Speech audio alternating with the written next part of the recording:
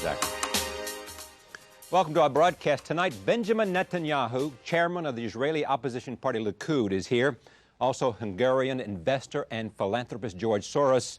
He is a key figure in the work and the money being utilized to revitalize Eastern Europe. In addition, Vogue magazine editor Shirley Lord.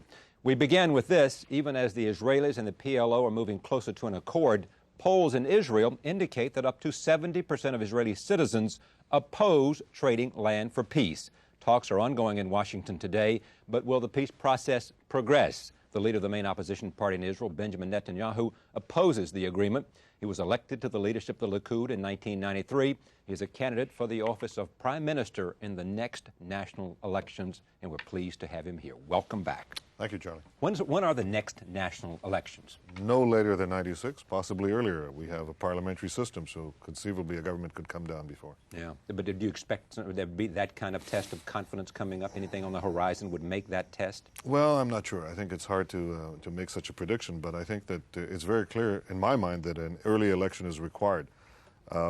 The government that was elected said that it won't talk to the PLO, that it won't get off the Golan Heights, and that it would make certain internal reforms, particularly the structure of the Labor Federation and the Health Service, all of which have been clearly violated. So they've gone back on their word to the voters on central things.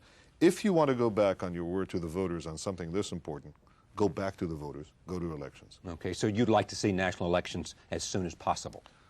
Yes, I'd like to see them, and I'd like to see them waged on the issues. And one of the issues you mentioned, for example, is the question of the Golan Heights. You said most of the people are against trading land for peace. Why? They don't want peace? Is that the reason? I can tell you that everyone in Israel, opposition and coalition, wants peace. That's not what divides us.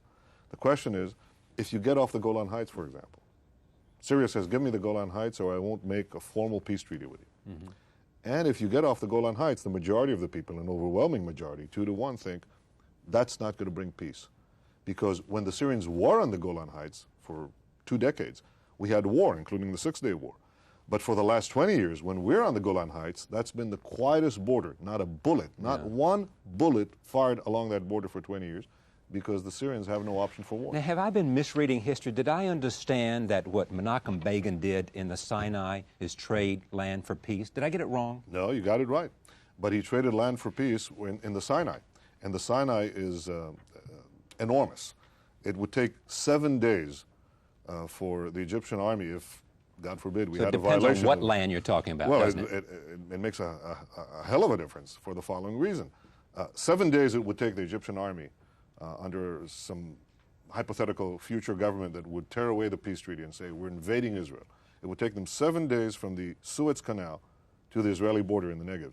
But in the Golan Heights, if we're not up there in the Golan Heights, it would take 7 hours for the Syrian army to storm into the Galilee and invade northern Israel.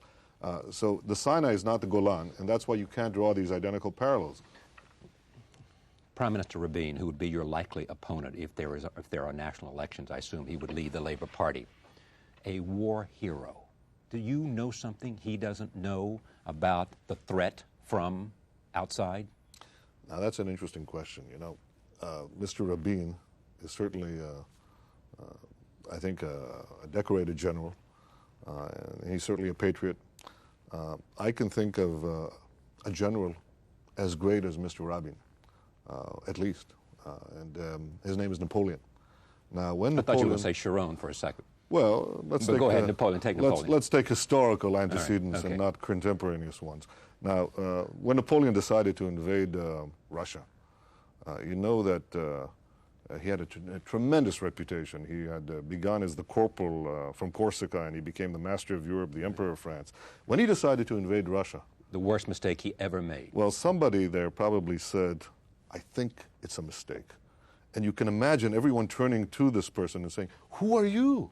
Well, I think that getting off the Golan Heights and allowing the 5th largest army in the world, the Syrian army, to be poised upon Israel will not bring peace. I think it's a mistake. I think that to have peace, Israel must have the strength and the positions, the geographic positions, to defend the peace. And therein, we differ. So you're just coming down on the point that unless, and first of all, have not yet read that Mr. Rabin is in favor of giving up the Golan Heights. I have not seen him say that. No, he's not said that publicly, but I think that the Secretary General of the Labour Party sort of blew the whistle on this whole thing 3 days ago. He said, everybody knows that we're going to build a Palestinian state or facilitate a Palestinian state, and that we're going to get off the Golan Heights. One of the chief ministers in the government now conducting the negotiations immediately seconded that. The deputy foreign minister says it just about every other day. I can tell you in the Knesset, in the plenary, right, the government officially denies this. As soon as we leave the plenary and we go into the corridors, into the proverbial and actual corridors of the Knesset. Everybody says what? Everybody says, of course we're getting off the Golan Heights. Yeah. Of course this government And will you're build here a to say Palestinian that if that's the cost of peace, it's not worth it because it's too dangerous for Israel and its security and its survival. I'm saying something else. I'm saying this won't bring peace. We oppose this not because we oppose peace, but because we oppose the war that will inevitably follow But this, do you inevitably assume process. then that Assad is not going to be happy until he somehow defeats Israel? Is that your point of view, that these all the Arab countries that surround Israel somehow are going to move in and attack Israel? No, that's not what I'm saying. I'm saying that to have peace in the Middle East between us and a dictatorship, an armed dictatorship like Syria or the other dictatorships that surround us, we need a different kind of peace. And that peace is the peace opposite dictatorships. It's the peace of deterrence. You must be able to deny them the war option. If we had democracies around us, all of this discussion would be totally irrelevant. It wouldn't be germane, because democracies don't go to war with each other. But haven't you seen a significant change in the positions of Assad and his new attitude towards the United States and towards Israel because of the political and geopolitical changes that have taken place in the world since the fall of Russia, of the Soviet Empire, and the Gulf War? Absolutely. That's the whole point. But see, your opponents would say there is the opportunity for peace and that you are looking backwards rather than forward. My opponents would say it. I said it. I said it right in Madrid. We are the ones who initiated the process right after Madrid. By the way, we initiated the first peace treaty with an Arab country in Camp David. By the way, but you didn't have the kind of Oslo negotiations that took place that led to the kind of PLO accord that you have now. I certainly agree with that, because we would negotiate very differently, carefully, prudently, from a position of strength and not sacrificing our strategic assets. But I agree with you that there is an important opportunity here. You see, I think that Syria has no option but to negotiate peace, because Syria wants peace, first of all, not with Israel, but with the United States. And the United States says, Syria, if you want to enter this club, if you want to have peace with us, if you want to be removed off the lists of countries supporting terrorism, make peace with Israel. Therein lies our opportunity. We could negotiate with them from an enormous position of advantage. And I would like to broaden the agenda with Syria. I'd like to discuss with them their water problems. Turkey is, where is your position? Taking away their water. Yeah, but I mean, I don't understand. Let me rephrase that. Turkey is damming with an M the Euphrates River, and Syria has enormous water problems that it cannot possibly solve. So you're saying that a Prime Minister Netanyahu could deal with the Syrians? I think a lot better than this current government does. Why? Because what? Because you just said you can deal with them better, but you're not willing to be apparently as flexible as you think labor is. I would broaden the agenda on matters of water, technology, arms, money, all the areas that Syria needs things, and they're not necessarily a zero-sum game. Not everything that Syria needs is bad for us. And we could help them. We could possibly talk to the United States about helping them. But I would toughen the agenda on the one area that is of crucial importance for us and for the future of peace, the Golan Heights. Let me talk about polls a little bit, because it's hard. Everybody has a poll that says something. Tell me, and I take your word for it, what do the polls say about support for the peace accord? Well, there was a recent, first of all, there's been I mean, what are the Israeli people? They clearly shift. Want peace. Everybody wants peace. Yes. You know, then the question becomes, at what cost? There are two polls. One is two sets of polls, although I wouldn't attach enormous importance to them. They both tend to support what I'm about to say, but I discount these polls because I think you can't live by doing this, taking you're putting your finger to barometer, changing every day. You either have a position or you don't have a position. But essentially, the majority of the people, roughly two-thirds, oppose getting off the Golan Heights, period. If that's the price of peace, in quotes, they don't think it'll bring peace, they're opposed to it. On the case of the PLO front, two-thirds were supporting it about 4 months ago when the signing in Washington took place. And now, depending on the day of the week, a small majority opposes it. Because of killings that take place in terms of because of incidents of violence? Well, because terrorism has doubled Right. since the peace treaty, and also because the PLO has failed to live up to the two central commitments that it took under the Oslo Agreements. One is to abrogate the PLO charter calling for Israel's destruction. Arafat hasn't done it. And the second is to speak out and act against these terrorist incidents, including those conducted by PLO factions. Arafat has not done that either.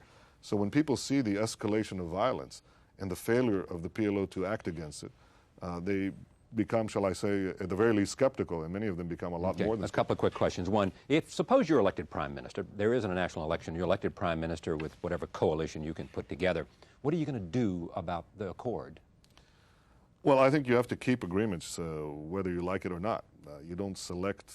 The continuity of contracts that characterizes democratic governments does not depend on whether you like an agreement Changes or in not. political fortune cannot... Except one condition. What? And that is that I will keep all agreements provided they're kept by the other side. And if the PLO fails to keep up the central agreements of condemning terrorism, acting against terrorism, abrogating the PLO charter calling for And who will destruction, determine whether they have or have not under your... Well, I think it's a fair statement to say that they haven't abrogated the charter. That's not something to be but I determined. mean, you know, what happens is that gives you a huge amount of wiggle room if you say, I will determine as prime minister whether the PLO have lived up to the terms of the accord, and therefore I look at the evidence and I say no. That gives you under Well, that let's avoid the hypothetical and let's take a concrete example.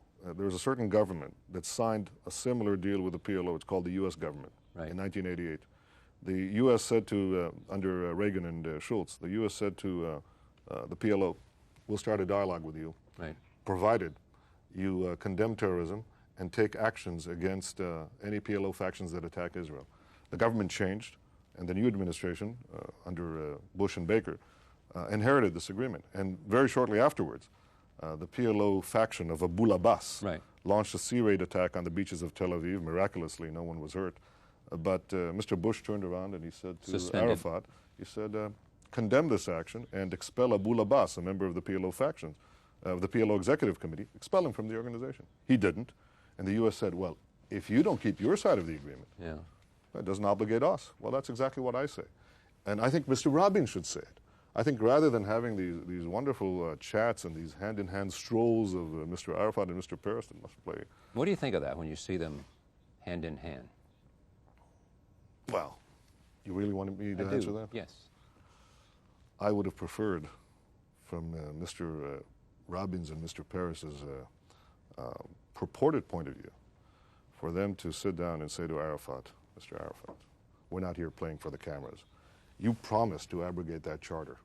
Abrogate it. You promised to condemn the terrorism.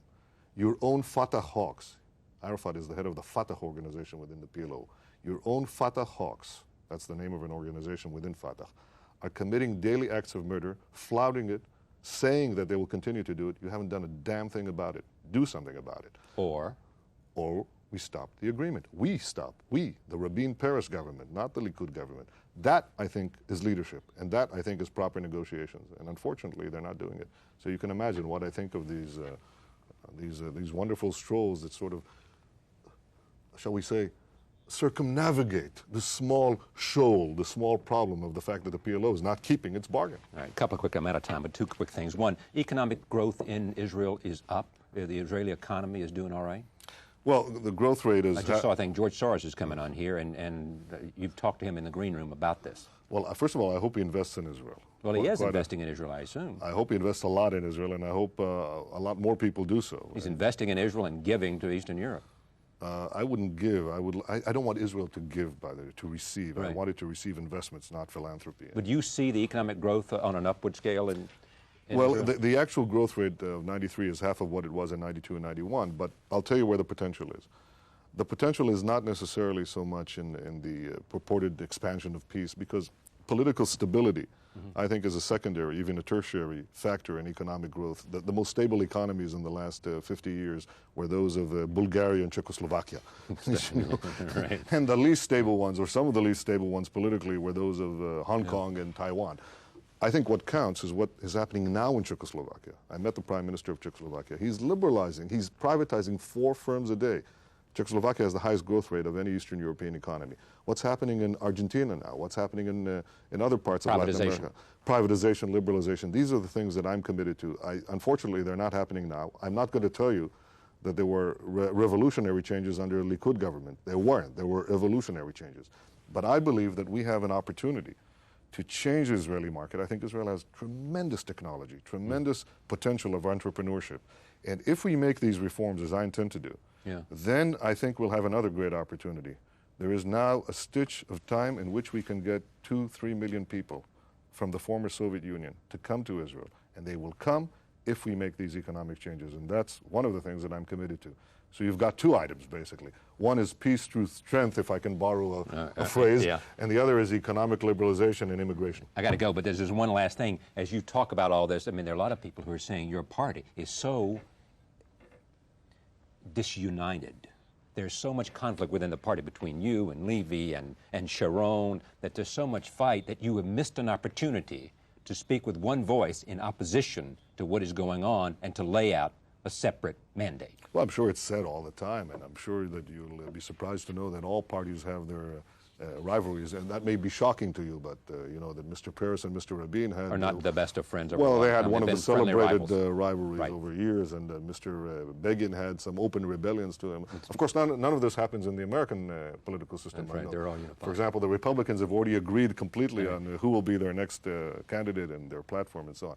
But I think it's overblown. I think the majority of the people who support Likud, and not only members of Likud, know that in order to win next time, we'll have to coalesce. And you think you can get the support of Sharon and others? I think I can get the support of the leadership of the party, and I think I can get the support of the grassroots, and I think we have a very good chance of forming the next government and implementing these changes, which I think are important for peace and growth. Great to see you. Thank you, for coming Charlie. very much. Bye-bye. Benjamin Netanyahu.